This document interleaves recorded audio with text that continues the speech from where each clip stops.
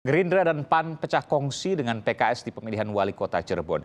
Gabungan partai yang tergabung dalam koalisi umat itu tidak ikut pesta demokrasi karena PKS menarik rekomendasi. Lantas apa alasannya dan benarkah ada mahar politik yang ditudingkan ke Partai Keadilan Sejahtera PKS? Kita akan berbincang dengan pengamat politik Lingkar Madani dan telah tersambung melalui saluran telepon calon peserta Pilkada Kota Cirebon. Bakal calon wali kota Cirebon yang gagal, Brigjen Polisi Purnawirawan Siswandi. Selamat petang. Selamat petang. Saya izin ke Pak Brigjen Pol Purnawirawan Siswandi. Pak Siswandi dengan Aiman Kompas TV. Selamat petang, Aiman. Selamat petang, Pak. Assalamualaikum. Pak Siswandi, saya yang bertanya, Pak, apa yang terjadi sesungguhnya? Wah, itu sebetulnya PKS tahu persis itu. Jadi ya last minute itu kan kita tidak pernah bicara mahar. Tapi ujung-ujung last minute kok muncul mahar itu yang diusulkan oleh PKS. Dan itu ketua PKS Kota Cirebon, Pak. Oke, Pak, agak putus-putus suara Bapak, Pak. Mungkin bisa mencari sinyal yang lebih baik. Saya bertanya kepada Pak Siswandi. Jadi sebelumnya proses itu tidak pernah dimintai uang, katakanlah ya Pak, mahar kan uang. Kemudian sehari atau beberapa hari sebelum pendaftaran, Bapak dimintai uang, begitu? Iya. Berapa jumlahnya, Pak? Ya, bervariasi. Dari Bisa sebutkan? 500 naik 750, last minute jadi 1,5 M. 1,5 miliar rupiah, 500 juta, 700 juta, 1,5 miliar. Katanya untuk apa? Ya itu katanya mahar. Nggak disebutkan mahar untuk apa? Biaya saksi kah? Yang lain kah misalnya? Nggak ada. Bahkan dia minta uang. Dia mintanya uang cash. Oh, uang cash, oke. 1,5 miliar hanya disebutkan untuk mahar. Tentu ini Bapak kan penegak hukum ya, mantan penegak hukum. Jadi Bapak tidak sembarangan untuk menyampaikan hal data ini karena ini mengandung konsekuensi hukum. Bapak punya bukti, Pak? Saksi semua yang ada. Saksi yang menjemput di stasiun kereta ada. Orang dari stasiun kereta menjemput di kantor PKS ada. Oke. Dan di forum rapat itu saya buka. Ada rekaman mungkin? Wah, orang lain mungkin mantap. Rekaman nggak ada, Tapi Pak? tim advokasi saya bisa dihubungi. Bang Bob Hasan SHMA punya rekaman. Oh, ada rekamannya? Ya, tadi saya kasih telepon, bisa telepon dengan Bang Bob Hasan SHMA. Oke. Lalu Bapak mengatakan apa pada saat Bapak diminta uang 1,5 miliar itu? Saya bilang saya nggak pernah bicara uang. Makanya waktu di KPU saya kan menyatakan, saya terima kasih bisa duduk di KPU. Dan saya di KPU ini saya adalah bukan kader partai yang bisa duduk dicalonkan sebagai calon wali kota. Terima kasih kepada Gerindra, terima kasih kepada PAN. Yang sampai hari ini saya tidak ada cerita dengar mahar. Dan lawyer saya, ketua tim advokat saya larang, jangan bicara uang. Kapan mau bersih kita? Pertanyaan wartawan waktu di KPU, bagaimana Pak ada isu bahwa PKS minta uang gini-gini? Saya bilang tanya aja sama Tuhan, saya gitu. Pak Siswandi, lalu Bapak mengatakan saya tidak bicara uang, artinya Bapak tidak mau memberikan uang. Lalu apa respons dari PKS di Cirebon terkait dengan pernyataan Bapak? Ya responnya nggak datang last minute ke KPU. Langsung batalkan? Ya nggak tahu, ke KPU nggak datang deh. Oke. Dan akhirnya kurang 1 kursi karena karena PAN dan Gerindra hanya 6 kursi, butuh 7 kursi untuk mengusung Bapak. Akhirnya saya konfirmasi total PKS, PAN, Gerindra akhirnya tidak mencalonkan wali kota di kota Cirebon. Iya, begitu. Dan mereka waktu itu statement bahwa PKS tidak akan memberikan suara ke kanan atau ke kiri ya. Berarti golput kalau dia di kota Cirebon. Oke. Pak, bisa disebutkan kejadian terakhir yang minta 1,5 miliar itu hari apa? Bapak masih ingat? Malam mau terakhir last minute itu. Selasa malam berarti. Mohon maaf. Selasa malam ya, Selasa malam. Karena Rabu kan terakhir itu tanggal 10. Jadi tanggal 9 malam ya? Ya, jam 20, sekitar 20 WIB. Oke, baik.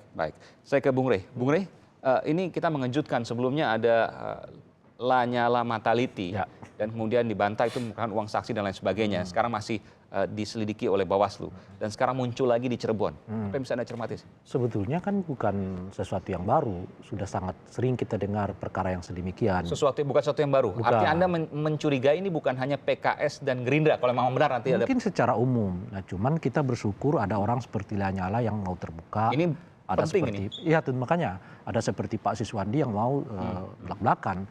Karena dengan cara begini kita bisa menyelesaikannya. Oke. Kalau semua orang diam, memang agak sulit kan. Meskipun karena ini masih harus penyelidikan lagi ya. Oh tentu, makanya kan Bawaslu harus kita dorong untuk melakukan proaktif, Oke. untuk melakukan prosesnya gitu. Ya. Nah maksud saya dengan pengakuan Pak Siswandi, mudah-mudahan yang lain akan ikut juga gitu, sehingga kasus ini terbuka dan semua tersebar dan sedemikian rupa. Gitu. Kebetulan ada fungsionaris PKS, mohon maaf, Pak Bung Nasir Jamil dengan Aiman, Bung Nasir, Anda bisa mengklarifikasi terkait ini, Bung Nasir? Ini tudingan yang serius yang kemudian dialamatkan ke PKS terutama di kota Cirebon. Begini, saya tidak tahu persis sebenarnya Aiman apa yang terjadi di Cirebon.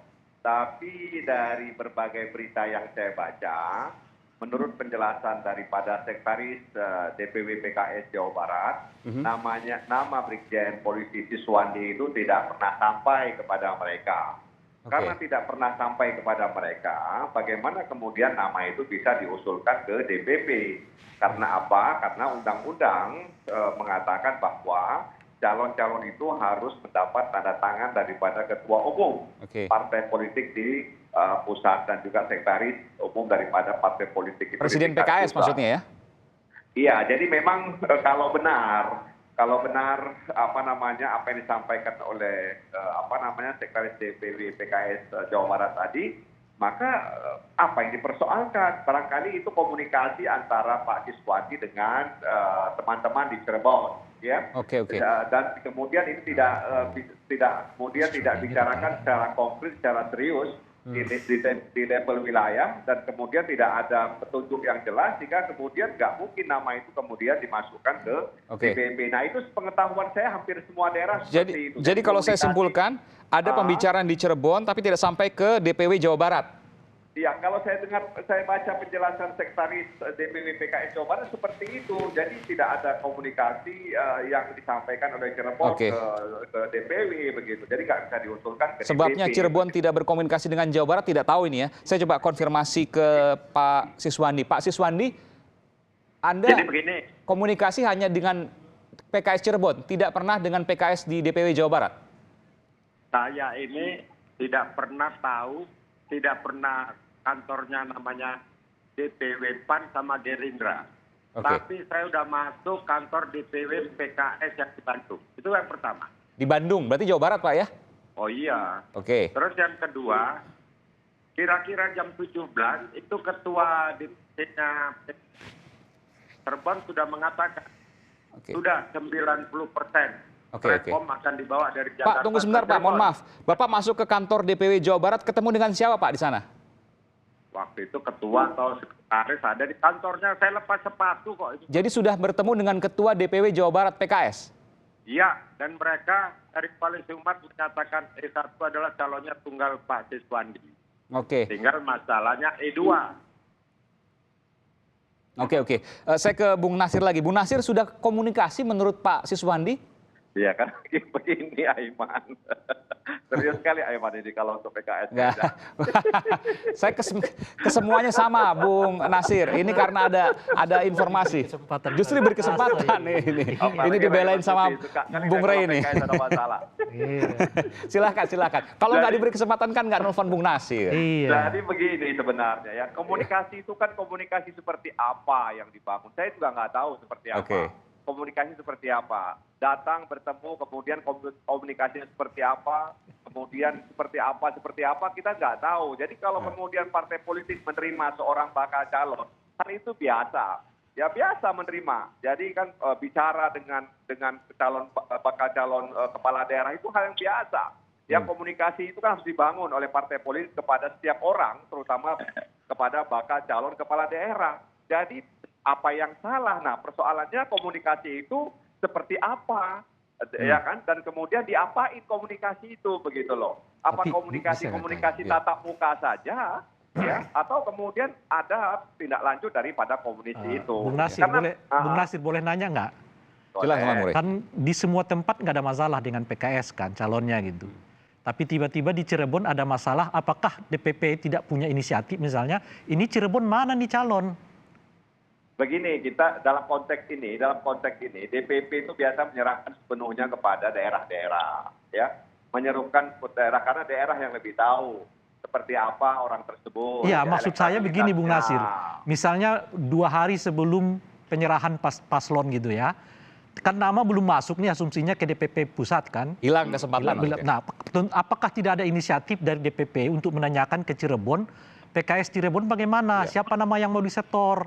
Siapa yang mau diajukan? Iya, gitu? saya nggak tahu persis. Itu kan ada bidang yang membidangi masalah itu. Ya, bisa saja sudah ada komunikasi, tapi kemudian komunikasinya buntu. Ya mungkin saja ada pertanyaan-pertanyaan seperti yang dikatakan oleh Bung Rai tadi. Ya, kepada pihak Cirebon, tentu saja kepada penanggung jawab kan, karena di PKS itu ada penanggung jawab wilayah-wilayah. Ya, bisa saja kemudian penanggung jawab wilayah itu menyampaikan, ya kan? Nah begitu. Jadi saya pikir begini saja lah ke depan, seperti Lanyala, seperti Pak Siswandi abang saya ini, ke depan buat partai politik aja lah, nggak usah sibuk-sibuk, ya kan? Nah, kayak mana beratnya buat partai politik? Nah, nanti saya pikir begitu daripada kemudian ada kekhawatiran dikecewakan dan sebagainya. Bung Nasir, jangan ini juga bahagian daripada operasi ya. Kita nggak tahu juga ya, mudah-mudahan tidak lah ya kan. Iya. Tapi gini, saya bertanya, ini kan kejadian sudah berlangsung dan kemudian menyentuh nama PKS, menjelekkan nama PKS. Adakah kemudian apa yang akan dilakukan PKS untuk memperbaiki nama baiknya, menjelaskan, mengklarifikasi terkait dengan hal ini? Intinya kalau gatal itu jangan digaruk. Kalau ada orang yang mau talit, kita nggak terpengaruh untuk menggaruk gitu ya. Jadi sebenarnya ya kita tidak ingin membesarkan masalah. Ada masalah kita kecilkan, ya. Masalah besar kita kecilkan, yang kecil kita hilangkan. Jadi komunikasi aja baik-baik, ya kan. Jangan-jangan ini juga takdirnya bagi abang saya Bung Siswandi, ya kan.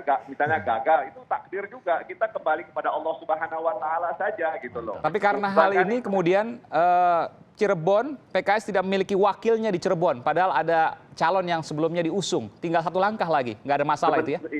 Sebenarnya kan tidak mesti harus ada wakil atau apa sebagainya, ya kan? Tidak mesti seperti itu. Partai politik kan harus realistis juga. 1 kursi misalnya di Cirebon, ya kalau bisa mendapatkan, alhamdulillah. Tidak mengapa menurut saya. Jadi ya enjoy saja, kita nikmati saja. Baik, terima kasih. Serius, jangan bawa perasaan dalam politik ini, santai aja. Bang Nasir juga jangan baper dong, saya nanya kritis tapi dibilang nyerang PKS terus. Ya sebagai mantan wartawan saya kan perlu gitu-gituin Aiman, ya kan? Terima kasih Bung Nasir Jamil, informasi yang telah diberikan, klarifikasi dari PKS. Pak Siswandi, Pak, terakhir saya berikan kesempatan kepada Bapak. Apa yang Bapak akan lakukan terkait hal ini? Bapak merasa dirugikan dan kemudian ada apa yang ingin Bapak lakukan? Apakah sekedar komunikasi atau ada hal lain? Jadi begini, ini partai Islam, saya ketua DPC Cirebon itu kenal Haji Karto itu. Ya kan moralitas lah, junjung kejujuran. Jangan digantung-gantung last minute. Kalau tidak katakan tidak, kalau iya katakan tidak, itu aja. Ini untuk pembelajaran politik. Karena saya kan baru nyemplung di politik, kenyataannya amburadul gitu loh. Jadi masa saya khususnya saya sudah pesankan, jangan anarkis ya kan. Terima kasih yang sudah mengusung saya gitu loh. Tapi tidak komitmen moralitas itu di mana. Kalau tadi itu tidak ada instruksi, tidak ada ini Bung Nasir, saya kenal dan pernah ketemu saya. Itu kan aturan mainnya. Tidak ada oknum polisi meres itu terus katanya perintah Kapolda, nggak ada itu. Ini masalah oknum. Oknum itu ada di kota Cirebon. Jadi kalau mau diselesaikan duduk bersama. Mana ketua PKS Cirebon kemana? Dan Bapak siap untuk duduk bersama dengan PKS ya? Iya, duduk manis, kita umat manusia muslim loh kita ini. Baik. Terima kasih Pak Brigjen Polisi Purnawirawan Siswandi, bakal calon wali kota Cirebon yang kemudian akhirnya batal untuk maju. Terakhir, Bung Rey, apa yang bisa dicermati ini? Pertama, tidak bisa kita katakan bahwa ini masalah partai, ini masalah bangsa kita. Karena banyak terjadi. Ini baru muncul yang sekarang ini. Betul, bukan hanya banyak terjadi, tapi efeknya terhadap kekuasaannya kan. Kalau terpilih ada keinginan untuk mengembalikan mahar yang sudah diberikan. Itu pertama, oleh karena itu jangan dikembalikan.